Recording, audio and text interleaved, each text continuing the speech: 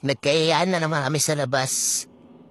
Magkapakakape na naman daw kami sa tanay. Kaya ang gamit namin sa sakyan tsaka kami magmumotor sila yung magsasakyan. Tapos pagdating dito sa tindahan, ay yung babaunin namin, Nescafe, original.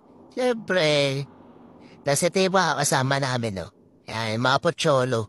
Mga pocholo. Pocholo. Kasi si baby, solid si baby. Tapos syempre, ako na naman yung bida dito, di ba? Pili-pogi na naman ng kulot. Garaprat. Nagpangin muna sila dito kasi kulang daw ng pagmamahal yung gulong nila eh.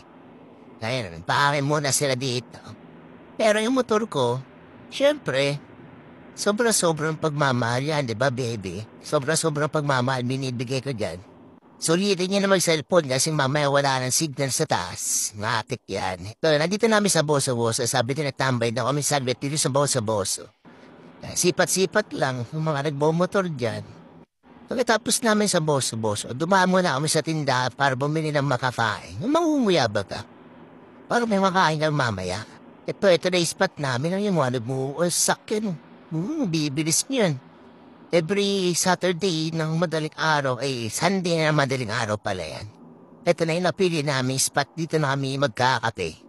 Dito sa taas. Yan may dala pa kami termos. So, syempre, Boy Scout kami. Isa na yan, galing pa sa trabaho, pangiti-ngiti, pero antok-antok na yun, napasama na lang yun, napalaban eh. Yan yung mga baon namin. Konti lang, pero rap. Mga tipid gaming kami, wala na talagang pera, ganyan na lang. Tabi-tabi lang sa gedli-gedli, tapos yung kopi ko.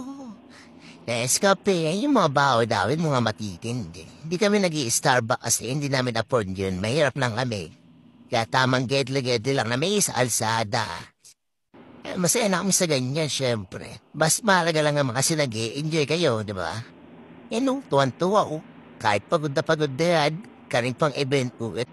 Itong kapeto, sakto-sakto kasi ang lamig dito sa taas eh. Tapos ito yung mga chikira na binili namin. Yung pagkain namin. Mga gagastos ka ng mga 200 pesos kasi. Tipid gaming lang kami sa buhay. Practical baga. Kada Sabado ng gabi. Siyempre, naabot namin ng linggo kasi madalas kaming umaalis. 12:00 na ang gabi. Kaya Sunday na talaga ng madaling araw to. Lagi alis namin ganito weekdays. Hindi kayo baris ng weekend. Nagbabanding-banding kami tamang kape lang sa Gedli. Siyempre sinisulit namin yung pagkabata namin.